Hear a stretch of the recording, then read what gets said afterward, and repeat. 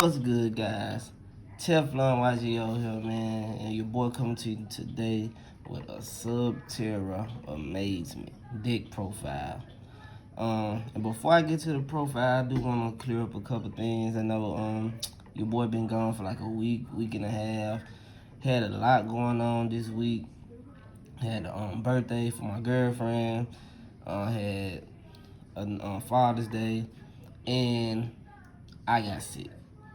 And on top of me getting sick, I still was trying to make videos, and I broke my clamp that like holds my phone up that's connected to my desk, like the arm, so I can help me record and hold the phone. I broke it making a video, so I had to wait on Amazon and get another one of those in. So right now I'm at the kitchen table, bro, with just the mat and my regular tripod, getting these videos out. But I also been thinking about other series I was going to do, and I do have another series in mind I want to start doing along with the Beginners for Yu-Gi-Oh series. It's gonna be a series called Top 5, and basically the top 5 I just show off like my favorite cards, my top 5. Like it's just different top 5. Top 5 favorite cards. Top 5 favorite archetype card or something like that. I might do my top 5 favorite dragons, my top 5 favorite machine cards, my top 5 spells, my top 5 waifus, like just stuff like that. So yeah, that's another series I'm gonna be looking into getting done. But guys, like I said, sorry for the hold up, sorry for taking so long. I do have a vacation right now, so I will be off for like 2 weeks, and I'm gonna be trying to pump out profiles constantly. Solomon Grace, I got that coming up because of the ban list. They free Rapidash. I got Engage, Skyscrapers. They engage back off the list. I got competitive decks like Drytron. I got my update Cyber Dragon profile coming. So guys, I'm gonna be trying to roll them out. I also still got profiles from locals. I do have a profile from my boy Josh coming. With him topping case tournament at Pandemonium Gaming last weekend when he got top 4 there with Illich. So I have an Illich Dogmatica deck coming. So it's just I got a lot built up. I was sick, couldn't get it out. Like I said, I was real busy. So without further ado, guys, let's get into this Subterra amazement deck profile, or but you can say Guru amazement, whichever one. So let's just start it off up with the monsters, and of course you can't run a Subterra deck without running 3 Subterra Guru, man. This is the man. This who gets everything for you. He's flipped up. You can search a Subterra card. If it's another Subterra on the field, he'll have a quick effect to book 2 cards on the field, including himself. So he can book another card and himself. So he's insane. He basically was get everything in the Subterra started. You want to see Guru, you have to see him, but you want to see another card, and we'll get to that later. But we also run 3 of the N archetype Omni Negate hand trap, probably the best hand trap with an archetype Subterra Phoenix. If you control the face of Subterra, you can send her to the grave, flip it down, and negate the effects of a card. She's like a negate, like a judgment, solemn judgment, basically. Also, she has another effect. If you normal summon her, you can book a Subterra and special one from the grave. Then we have the one Nemesis Archer. She's always been ran that one, but I like her. Basically, you can book a card, and before damage card, you can just spin it back. You just spin it straight back to the deck. Anybody, if you get the book, even if you didn't book the card, even if it's just face down, you can just hit it and it spins it back. And then I just run the one Mastrix, whatever you want to call them. Only reason I really run this guy because this deck will have a lot of problems trying to get over Dragoon because it's a slow deck. It doesn't really, link or have extra deck monsters or anything like that. So I like to use him to flip him and let him get the attack gain, the attack boost or whatever, and he can run over Dragoon.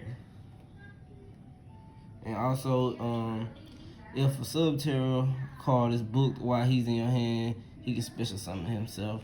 And if he's flipped up, he can banish a card. Target one card on field and banish it.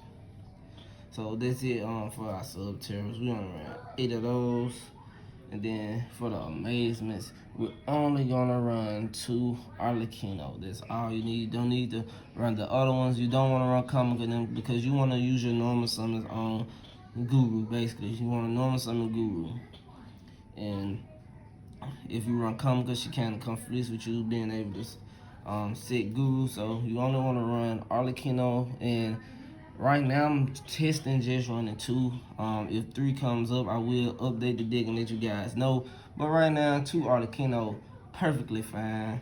And with the last monster we run is the 3 Ash Blossom. Enjoy the spring. You just want to be able to, if you do have to go second, because you want to go first in the trap deck, but if you have to go second, you want to have something that can stop your opponent if it's just one Ash Blossom. So yeah, you just run a 3 on generic Ash. Like I said, you do have an archetype hand trap, but she's only live if you're going first and you have face-up Subterror to book. So yeah, that's it for the monsters. And now we're gonna get on to these spells and traps. And starting off, you gotta run the most broken card in the deck. The 3 Hidden City. I like to call it the city that's obviously hidden. Because it's hidden, right? But card is insane. Field spells are insane, and this is one of them. Basically, on activation, you can add a Subterror monster from your deck to hand. So basically, you want to activate this, add your Guru. Then it has another effect that you can flip a face-up Subterror, face down Subterror, face up. So you'll basically set your Guru, use the effect of this to flip it face up, then Guru activates his effect. Then also, on your opponent's turn, if you have a face down Subterror, you can flip it face up and negate your opponent's attacks. Card is crazy. Got 3 effects. Any card like this is just insane. Plus it's a field spell. It gets you started. You want to see that card, you got to run 3 Hidden Cities. No less. If anybody's running less than 3, to each his own, but I feel like you're crazy. You got to run 3 of that. Also, the reason we do run 2 Arlecchinos is because we run 3 of these. And the reason I run 3 is because it's so insane, because it has different effects depending on whose turn it is. So let's say you open with Amazement Time Ticket, you can search your Arlecchino. And then once you set your traps and activate the trap on your opponent's turn, you can special your Arlecchino. But let's say you already open Arlecchino with this, then you just set this and this automatic becomes a attraction trap. So it gets you to your attraction traps on your opponent's turn, which that's what you wanted to do. And then on your turn, it gets you to your monsters, which is what you want to do. And it just flows so good with the deck. Love that about Time Ticket. I still feel like it's one of the most slip-on cards out of Lightning Overdrive, and I feel like people should pick this card up while it's cheap, because once it get broke, it's gonna skyrocket. Also, we're gonna run 3 Pot of Prosperity. You playing a throwaway extra deck. Basically, you can go for 6 every time if you want to. Me personally, I just really usually go for 3, but you can go for 6 every time because this is on Guru. Extravagance is good, but I do like to try to pick my hand. I don't want to draw into other cards that I might have multiple of. So that's one reason why I kind of like Prosperity over the Extravagance. But Extravagance is good because Extravagance still gets you 2 cards instead of 1. But you know how your luck is. Sometimes you draw 2 and you draw the pot that you just played in another card, and it's really like you only gain 1 card. So I like to go with the Prosperity over the Extravagance. And that's it for the spells, guys. We only run 9 spells, and of course the rest of the deck will be traps.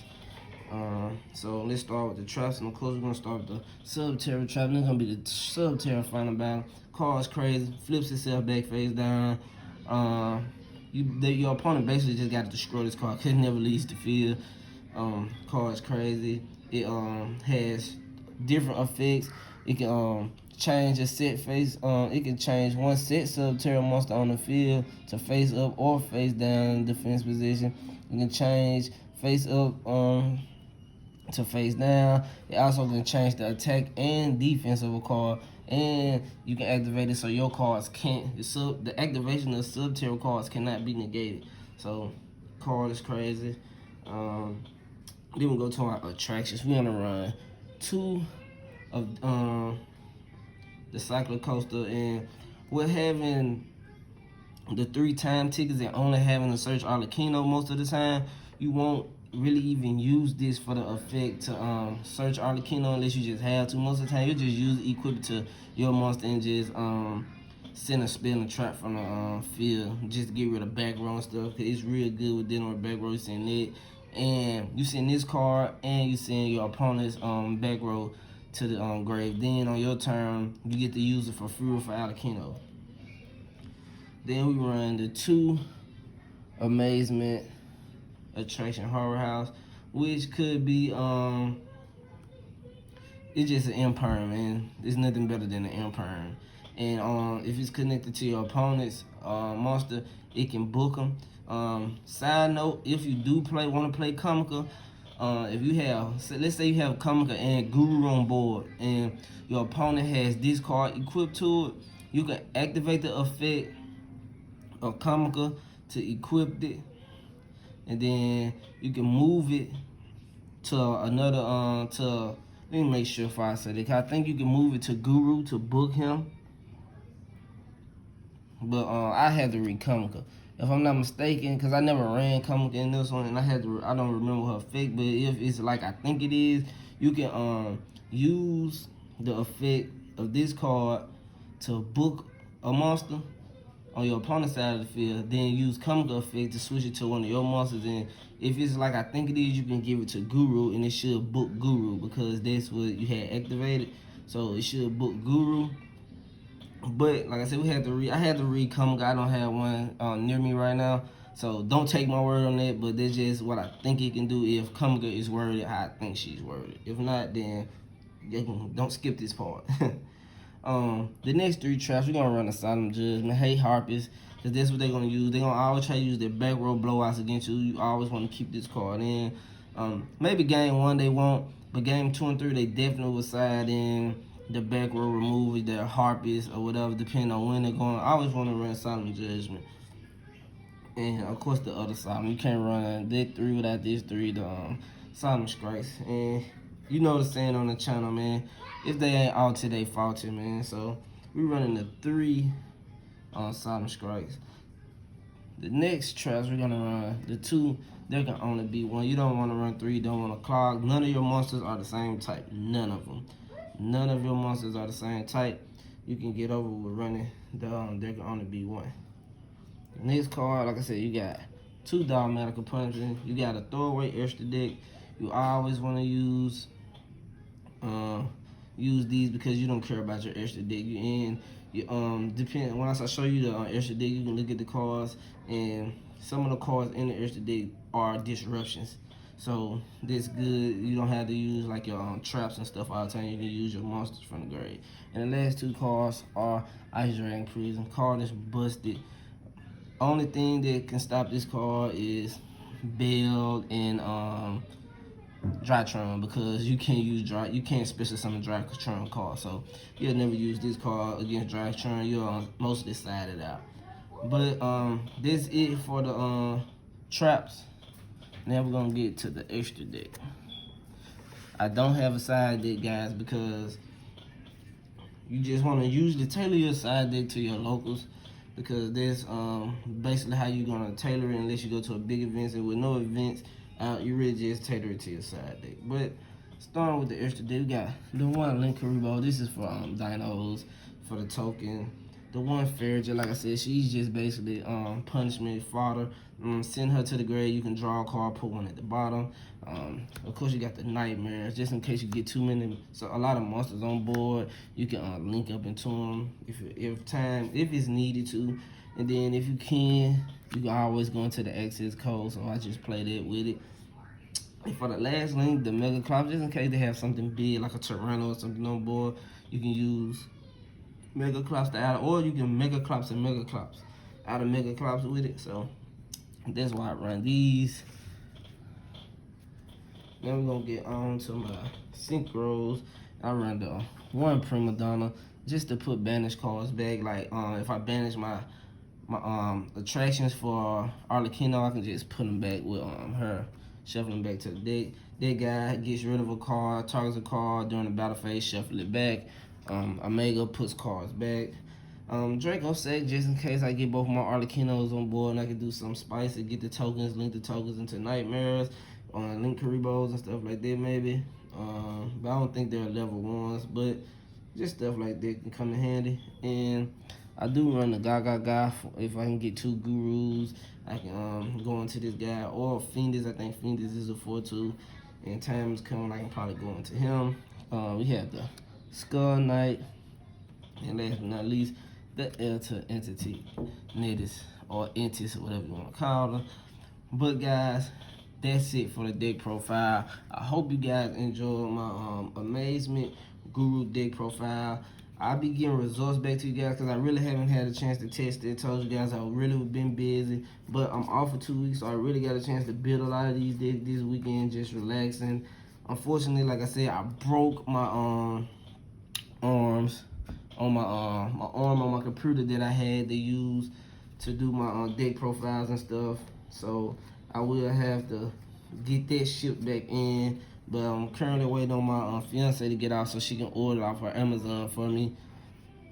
And hopefully this week I can get back with you guys with more deck profiles back in my area, because I still need it, because I really need to remote duel. So I like to try to have my clamp, my desk clamp tripod, so I can do things like that.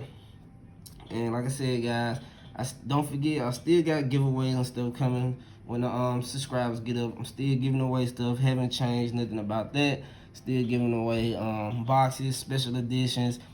Gonna get these series going. And like I said, just be on the lookout all week, man. I'm gonna be dropping stuff all week. I got all day to be at home and upload and edit or whatever I need to do. I don't have to rush because I gotta go to work and anything. So guys, just be on the lookout for all new content coming from me. I'm getting these competitive deck profiles done for you guys. And I'm also gonna get some of these budget deck profiles that are competitive, so you guys can get out there playing them. Like Solomon Great, that's a big one. I'm really trying to get that one out to you guys, so the people who don't have a lot of money to spend can play a cheap deck that's still gonna be competitive. And like I said, they got my guy Rapidash back, aka Mirage Stalio, and the Godspeed came back in Sky Striker, so I will be getting that Sky Striker deck profile out for you guys. Like, I'm just excited about this week, guys. I will have deck profiles pumping out every day.